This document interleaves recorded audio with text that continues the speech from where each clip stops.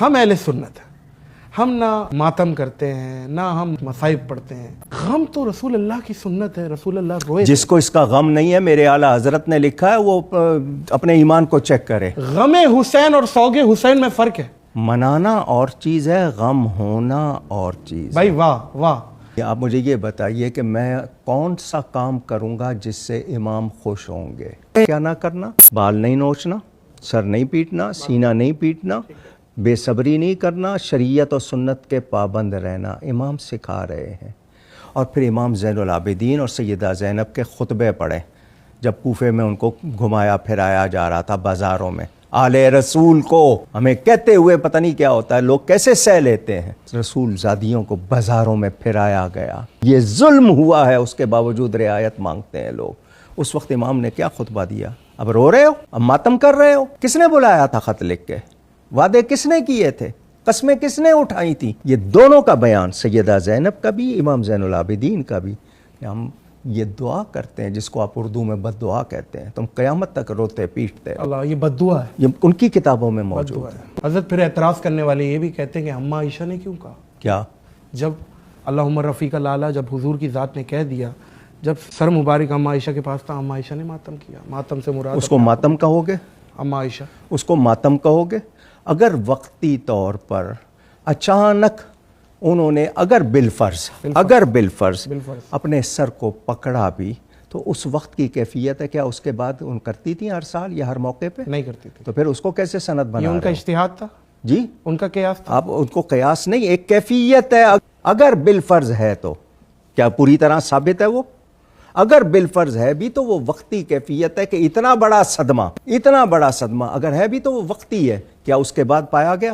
اور حضور نے وہ کیوں کہا تھا احد کے مقام پہ کہ میرے چچا حمزہ پہ نوحہ کرنے والی کیوں عورتیں نہیں بلائی؟ معاف کیجیے گا، آپ اس کو سند کیوں بنا رہے ہیں؟ اس سے مراد کیا ہے؟ مراد کیا تھی حضرت؟ اس میں صرف یہ کہ اتنی بڑی ان کی لاش کی بے حرمتی ہوئی ہے، ان کے جسد اقدس کی، تو اس پر جو لوگ تم عادتاً کرتے ہو، جو تمہاری عادت ہے، وہ کیوں نہیں ہو رہی؟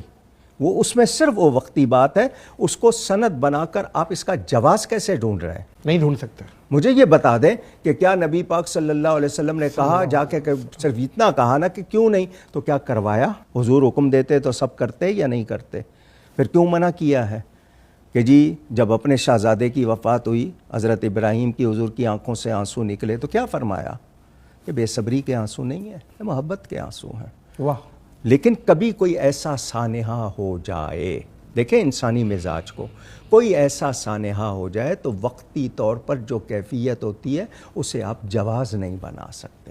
اور حضرت اس کو بھی ذرا تھوڑا سا لب کشائی کر دیں. حضرت یعقوب علیہ السلام کا واقعہ، جو رو کے بنا ہی بصارت چلی گئی. آپ رونے کا ثبوت دے دیں مجھے، میں قرآن کی آیت پڑھ دیتا ہوں. وَابْيَضَّتْ عَيْنَاهُ مِنَ الْحُزْنِ، وہاں بکا کا لفظ نہیں ہے، حزن کا لفظ ہے. غم کی وجہ سے آنکھیں سفید ہوئی. تو غم میں انسان نہیں روتا؟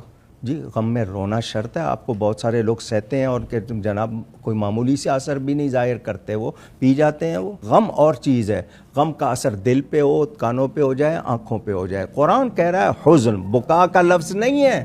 ممکن نہ روئے بھی باقی نہیں، رونا اللہ کی محبت میں رونا، اللہ کے خوف سے رونا، اس کا ایک آنسو آپ کی جہنم کی آگ کو بجھا دیتا ہے.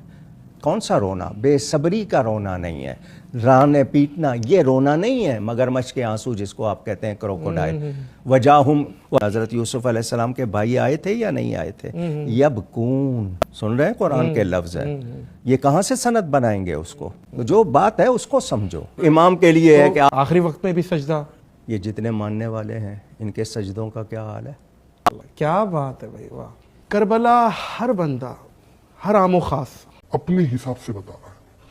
کچھ لوگ مصائب میں تڑکا لگا کے بتا رہے ہیں، کچھ لوگ امام عالی مقام کو انتہائی مظلوم کر کے، رلا کے اور 10 باتیں اپنی لگا کے، اور وہ بس کربلا بتا رہے ہیں اور لوگ سن رہے ہیں. کربلا سب سے مستند کہاں ملتی ہے؟ کون سی تاریخ ملتی ہے؟ کون سی روایت؟ کون سی کوئی اکابرین جو شروع کے ہیں جہاں سے آپ لوگوں نے کربلا لیا ہے اور جس کو مستند آپ لوگ سمجھتے کہ یہ ورڈ ٹو ورڈ چیز قابل قبول ہے اہل سنت کے نزدیک؟ تاریخ جو ہوتی ہے نا، اس کے لیے ہمارے علماء کا اصول ہے، ہم اس کو قرآن و حدیث پہ پرکھتے ہیں. پرکھتے، ٹھیک ہے. اگر قرآن و حدیث سے ٹکراتی نہیں تو اس کو مسترد نہیں کرتے.